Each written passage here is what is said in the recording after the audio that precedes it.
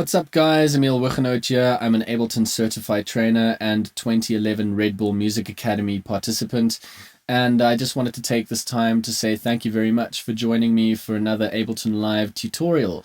So today we're going to be talking about Max4Live, and I'm going to be building a monophonic bass synthesizer from the ground up in Max4Live. Now, what exactly is Max4Live?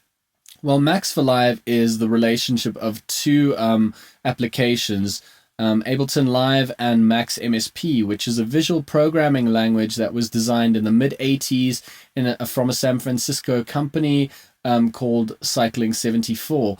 And this visual programming language actually deals with multimedia. So you'd be able to actually build either a synthesizer or a MIDI or an audio effect, and you could use that in Ableton. So you can literally build your own instruments and effects, and also you can affect how Ableton actually responds. So you can go into something called the API of Ableton, and actually those are the building blocks of how Ableton is built, and you can create remote controls and various other elements that would actually customize the way that Ableton interacts when you work on Ableton. So without further ado, I'm actually going to open up my browser, and we're going to start building the synth.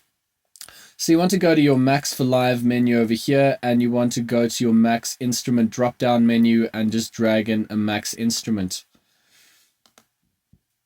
So that being done, now we can actually expand it over here, and that would open Max MSP within Ableton. So now we've got this window over here and we can start programming. So I'm just going to drag this over, and you can actually see it says MIDI from Live, and that is audio back into Live. So it's running outside of Ableton into Max, and then out of Max back into Ableton. So I'm just going to select all these because we don't need these visual elements. And I'm just going to create some space so we can start programming. So the first thing that we need is we need to actually receive MIDI messages. So we're going to create a new object by clicking anywhere and pressing N, and we want to get the note in, object, and that receives MIDI note messages from your controller. So with that, we now need to create something called the M2F object, which is it converts a MIDI note number to a frequency. So it receives a MIDI note information and then converts that to a specific frequency. And now to voice that frequency, we need various oscillators. So we're going to start out and build some oscillators. So a new object, and we're going to create a cycle oscillator. So that's cycle tilde, that is your sine wave. And the next one we can actually have can be a triangle. So that's triangle tilde. And the one after that can be a rectangle. And that is your square wave. And the one after that can be a saw. So that is your sawtooth over there. So now we've got our four oscillators over here that we can now connect to our MIDI to frequency. So MIDI to frequency now sending messages to our various oscillators. So it's as simple as literally connecting those up. And now we've got our four oscillators. If we connected them straight to an output, they would all simultaneously play, but we don't want that. We want to be able to make one selection, and that one selection, for example, the triangle, we want that to travel all the way to the output and not voice the sine, the rectangle, or the saw. So we need a selector tool. So we're going to create a selector tool. And as you can see, we've got four oscillators over here that we need to select one of.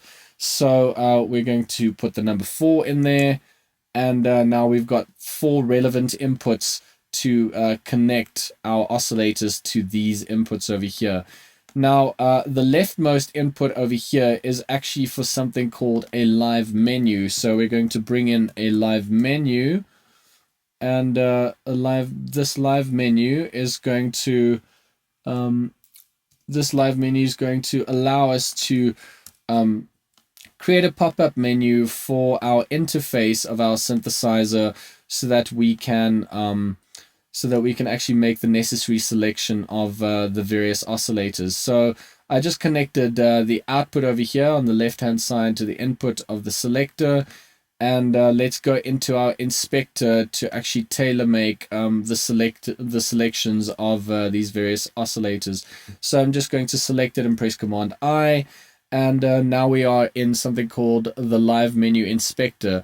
Now this is everything that relates to this object over here. Now we want to go down and we want to select the range.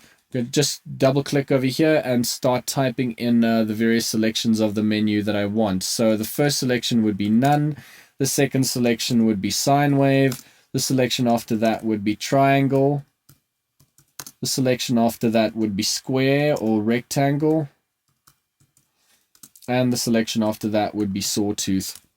Okay, now that's taken care of.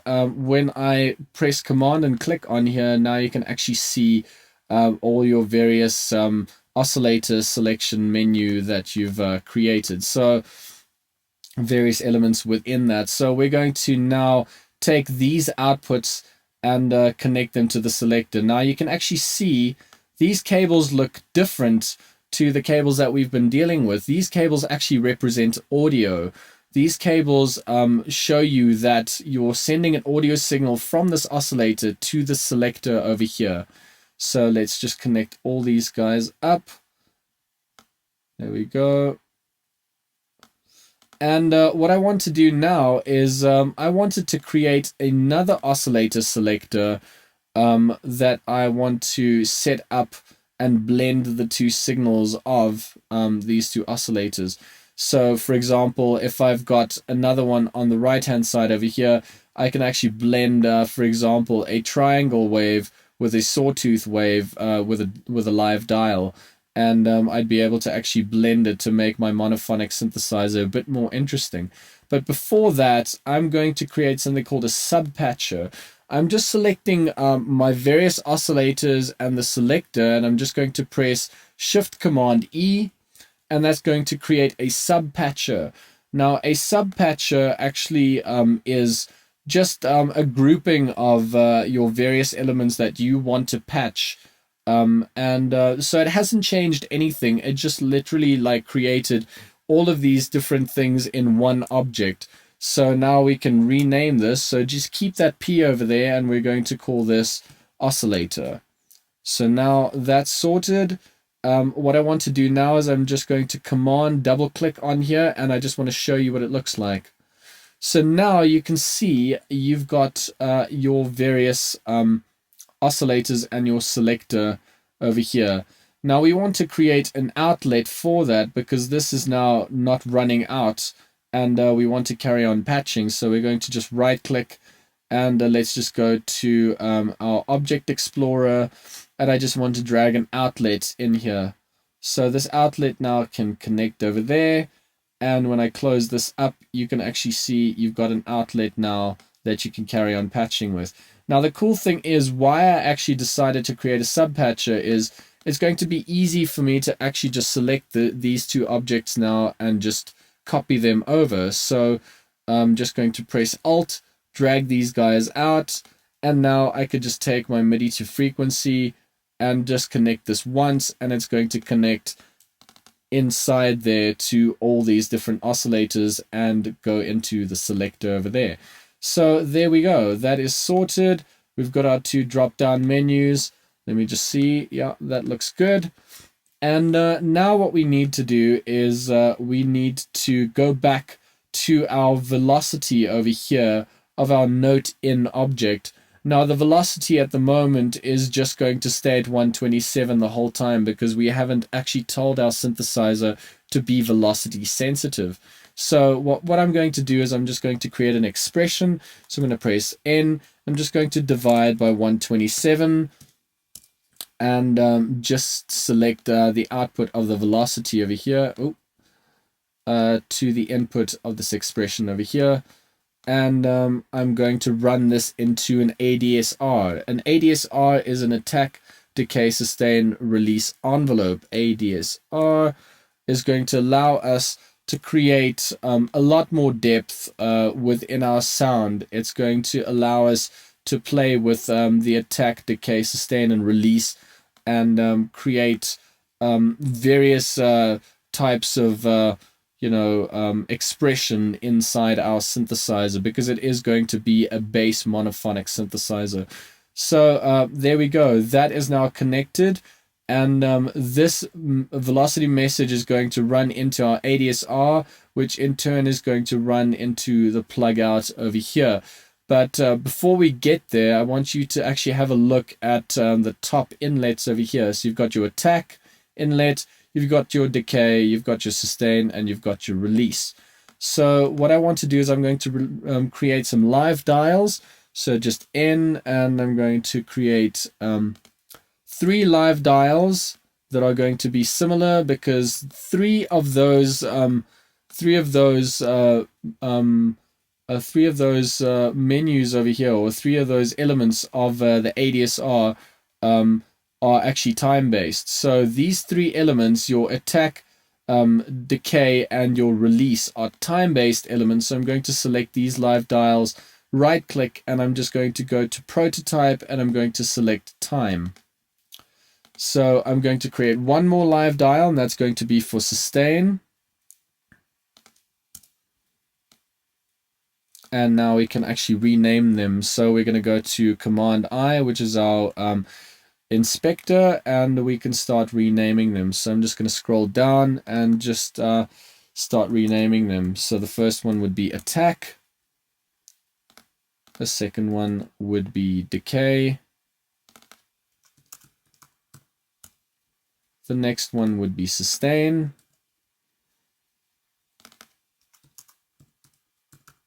Now for your sustain as well, I want you to actually go to your range, and I want the range to be from 0 to 1. Okay, so that being done, we're going to go to the inspector then for our release. So let's just rename that. There we go. And now we can connect these guys up. So we're going to now connect all these left outlets of our live dials to the input of our ADSR. So now we've got an envelope set up, and that's looking pretty good. Let me just make sure that all of this is spaced correctly. There we go. So that is now taken care of. We've got our 2 oscillators.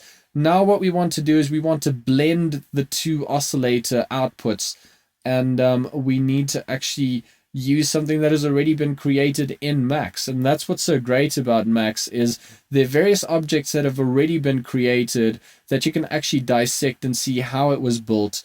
And that is actually going to influence the way that you work, and you can actually create your own objects that you can save, and you can now recall them. So for example, I can actually save this ADSR now, and I can recall that, so I don't have to rebuild this from scratch every single time. So I'm going to use an object. Let me just drag this up, line that up, and line this guy up. And I'm going to create a new object that has been created called M4L balance 1. And this actually is going to blend the 2 signals. So I'm just going to open this up by pressing Command and double clicking. And as you can see, this says balance 2 mono signals with constant power. So you've got 3 signals or 3 inputs over here, but the first 2 actually balance the 2, bring in the 2 inputs, or the 2 outputs of the 2 oscillator selectors that I've created. The third one actually deals with pops and clicks and, like discrepancies in, the audio that is unwanted. So that's actually just going to alleviate any of that, any of those issues that might occur.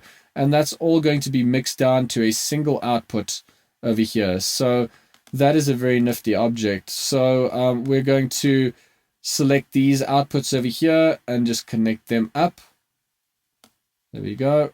That's connected up now. And we're going to create a live dial just to blend between these 2 oscillators. So let's bring up our live dial. And let's go into prototype. So right clicking on there, and let's go to pan. So that's pan now, and I'm going to go to the inspector. So that's Command I. Rename this to Oscillator Mix. There we go. That is sorted out, and now we can actually connect this up over here, and we've got our oscillator mix. So now we've got our envelope, we've got our oscillator, we've got our oscillator selectors with the drop-down menus, and we can now mix the two signals and blend them as we see fit. So that's really cool. So what we need to do now is I want to bring in a filter. I want to bring in something called a state variable filter that's going to allow for more expression. So I'm going to create a new object, and this object is called SVF. So SVF tilde, and the state variable filter, if you guys are familiar with, it would be a low pass, a high pass, a band pass, and a notch. Okay, so that is sorted. We're going to run the output now of the M4L balance 1 into our state variable filter. And as you can see, the inputs over here would be your cutoff frequency and your resonance. Okay, so that's cool. So we're going to create some live dials for these two. So let's just bring that up, and we could just copy that over. So the first one would deal with frequency, and the other one would deal with resonance. So let's go to our inspector quickly and rename this. So the first one would be frequency, and the next one would be resonance. So let's just select that, resonance. There we go. And what I want to do now is you just have to go to your prototype and just make sure that you select frequency for frequency, and for resonance that you select Q. Okay, so I'm going to select, I'm going to connect the resonance quickly, and I'm not going to connect the frequency just yet, because what I want to build is I'm going to build an envelope filter, and that is going to change the way that my state variable filter works. I'd be able to actually use this ADSR, I'll make a copy of it, to influence the way that the filter is reacting through passage of time, as opposed to just being the same filter setting throughout my experience with the monophonic synthesizer. So I'm just going to select this ADSR with the live dials, and I'm just going to press Alt and make a duplicate by dragging. And what I want to do now is I'm going to just drag this inlet to the output of our ADSR. So that's brilliant. That's sorted out. And now what I want to do is I'm going to go back to our velocity over here, because now we need to actually have this frequency change the way that the state variable filter acts. So what we're going to do is we're going to create an expression that is basically compare numbers for greater than conditions. So that's going to be greater than 0.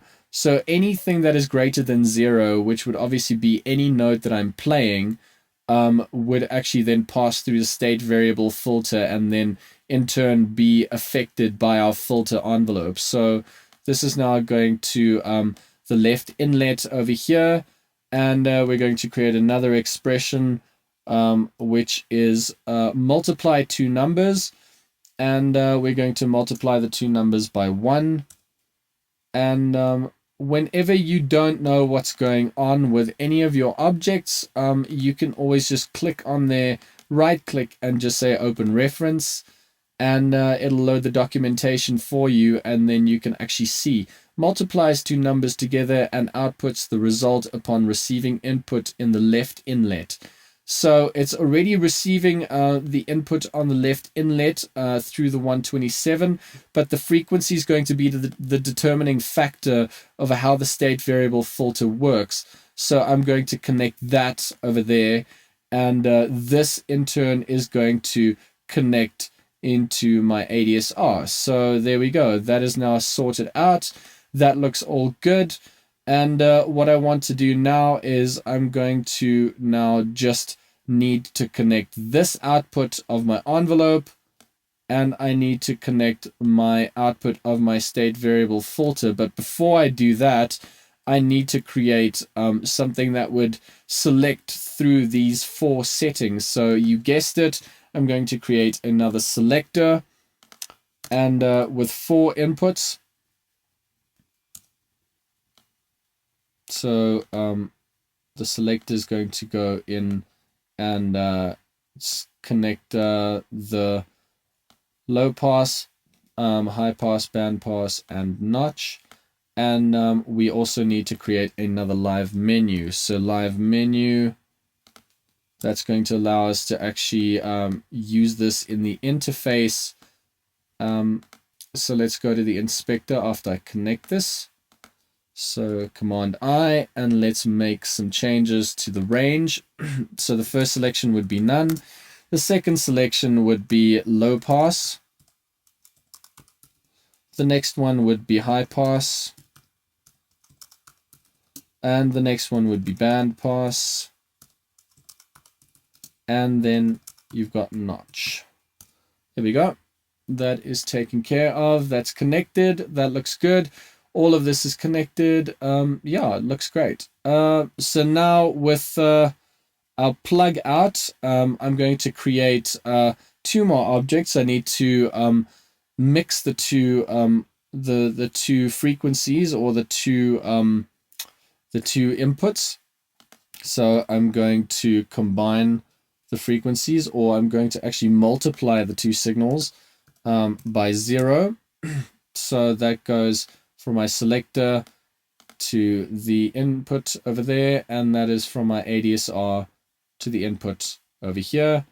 And I'm going to just create a live gain. There we go. I'm just going to create a live gain over here, and that is going to allow me to create, or to control the level of my synthesizer in the interface. So I'm just going to now just connect the outputs over here to the inputs, and there we go. This is our monophonic bass synthesizer. So now what we need to do is we need to actually change the way that it looks inside Ableton, because we can't be dealing with all these cables and all these things. This is just going to confuse us. So we're going to actually go into something called presentation mode. So before we do that, we need to select all the elements that we want in presentation mode for our synthesizer. So I'm going to select the live gain. I'm going to select all my dials over here. I'm going to select the dials over there, the 2 menu items and the extra menu item over here. Just right click on here, and you can just say add to presentation mode.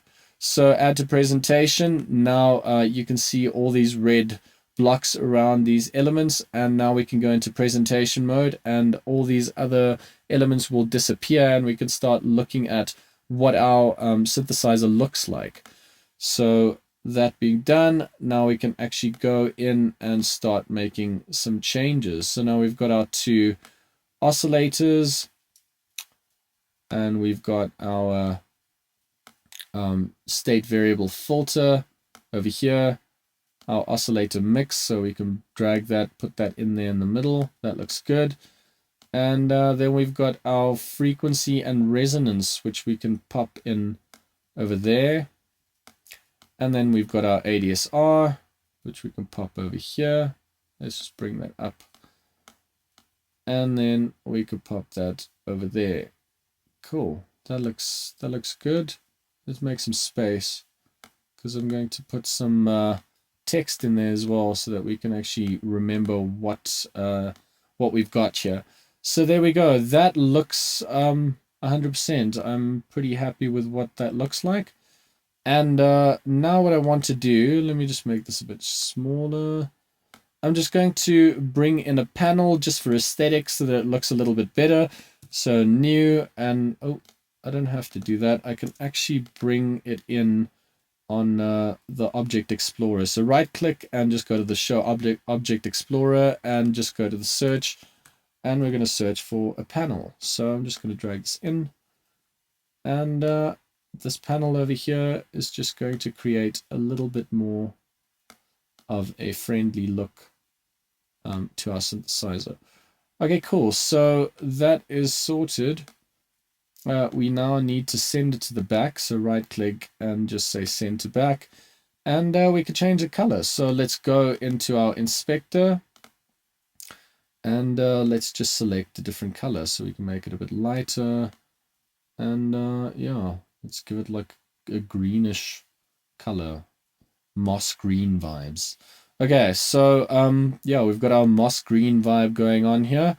And now what we need to do is we just need to right click, and we need to go to our patch inspector, and we need to click open in presentation mode. So open in presentation is going to allow us to actually see this in Ableton properly in this way. So when I click on that, this line appears over here, and this line shows you that you cannot exceed past here in your presentation, because you won't be able to see it in Ableton.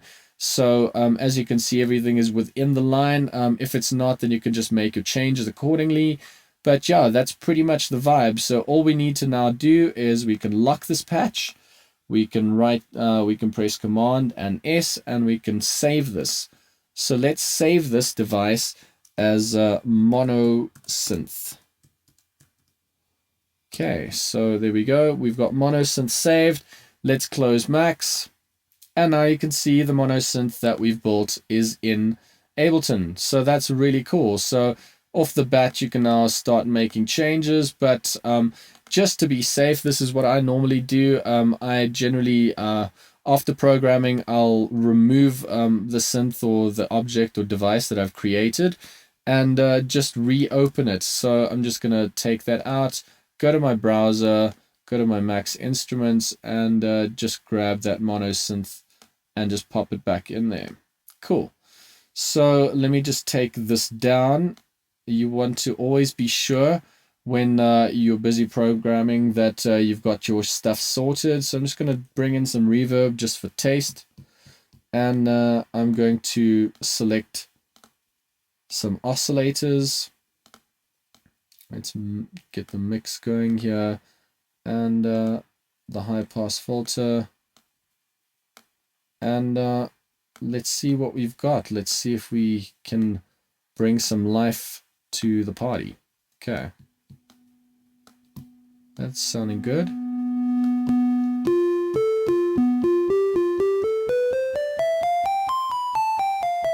That's cool. There we go. There is our mono synthesizer, and as you can see, you can blend. There's our saw, there's our triangle, and you can also change the attack time, the decay, and you could also change the frequency. There we go, the resonance is going crazy.